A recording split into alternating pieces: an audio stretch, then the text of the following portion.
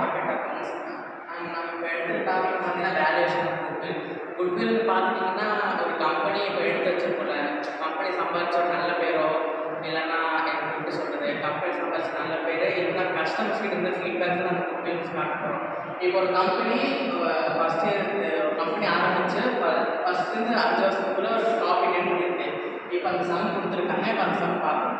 First year வந்து 4,800, first year வந்து 4,800, second year வந்து 7,200, தேர்ட் இயரில் 10,000, ஃபோர்த் இயரில் 3,000, ஃபிஃப்த் இயரில் 5,000 கெயின் பண்ணியிருக்காங்க. இப்போ வந்து கம்பெனியோட குட்வில் கண்டுபிடிக்கிறது போது ஆவரேஜ் ப்ராஃபிட்டை கண்டுபிடிக்கணும். ஆவரேஜ் ப்ராஃபிட் கண்டுபிடிக்கிற ஃபார்முலா என்னன்னா total profit by number of years. இப்போ அந்த டோட்டல் ப்ராஃபிட் வந்து கண்டுபிடிச்சதுக்கப்புறம் ஆவரேஜ் ப்ராஃபிட் கிடச்சிருச்சா, அந்த ஆவரேஜ் ப்ராஃபிட்டை வந்து நம்பர் ஆஃப் இயர்ஸோட இன்க்ளூட் பண்ணணும். அது ஃபார்முலா வந்து goodwill equal to average profit number of purchasing years.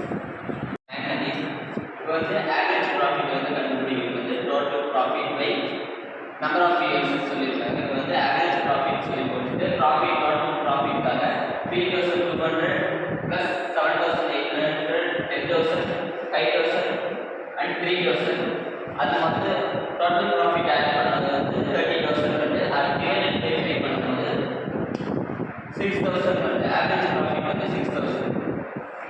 இப்போ வந்து குட்வில்லோட ஃபார்முலா வந்து goodwill into average profit equal to number of years purchase. Average ப்ராஃபிட்டோட வேல்யூ வந்து 6,000 அப்புறம் வந்து number of years of purchase வந்து 3 இயர்ஸ் கொடுத்துருக்காங்க. அப்போ 6,000 into 3 18,000. குட்வில் நம்ம இப்போ பார்க்க போகிற கன்செப்ட் என்ன தெரியுமா? குட்வில் என்றது வந்து இன்டான்ஜிபிள் அசெட். அதை வந்து நம்ம கண்ணால் பார்க்கணும். குட்வில் என்றது இன்டான்ஜிபிள் அசெட். அது வந்து good name, good reputation of a company அந்த மாதிரி இருக்கும். குட்வில்னால வந்து கம்பெனியோட ஷேர் வேல்யூ எல்லா வேல்யூமே இருக்கும். குட்வில் வந்து எப்பவுமே நம்ம கார்பரேட் கம்பெனி வந்து குட்வில் வந்து இயர்ஸ் கணக்கில் வச்சுட்டு average profit into number of years வச்சு கண்டுபிடிக்கும்.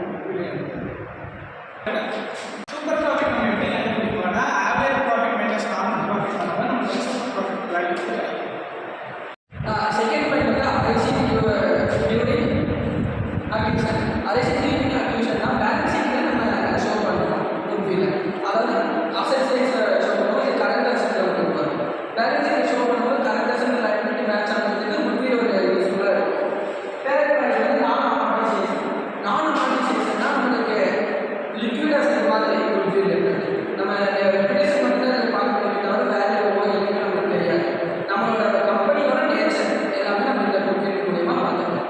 அதுக்கு 3 மெத்தட் இருக்குது. நம்ம ப்ராஃபிட் மெத்தட் கண்டுபிடிக்கிறதுக்கு average profit method, super profit method, capitalisation.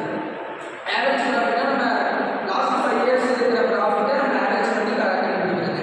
Super profit மெத்தட்னா நம்ம கிடைச்ச நார்மல் ப்ராஃபிட்டையும் ஆவரேஜ் ப்ராஃபிட்டையும் மைனஸ் பண்ணால் நம்ம சூப்பர் ப்ராஃபிட் கண்டுபிடிச்சிக்கலாம்.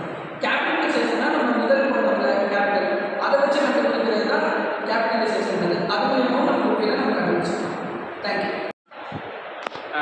கடைசிப்பட்ட கன்க்ளூஷன் வந்துச்சு. இப்போ வந்து குட்வில் வந்து எல்லாத்துக்கும் எல்லாம் பார்த்துருப்பீங்க. சம்ஸு நெக்ஸ்ட் எல்லாம் பார்த்தாச்சு.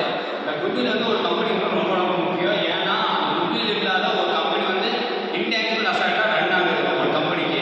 ஏன்னா ஒரு கஸ்டமர் வந்து ஒரு சாட்டிஸ்ஃபை பண்ணவும் ஒரு ப்ராடக்ட் வந்து சேல் ஆகும், அந்த குட்வில் வந்து ரொம்ப ரொம்ப முக்கியம். அது இப்போ நான் வந்து இப்போ பார்த்தோம்ல குட்வில் வந்து எப்படி கரெக்டைஸ் பண்ணோம், குட்வில்லோட கீ ஃபீச்சர்ஸ் எல்லாம் பார்த்தாச்சு. வேறு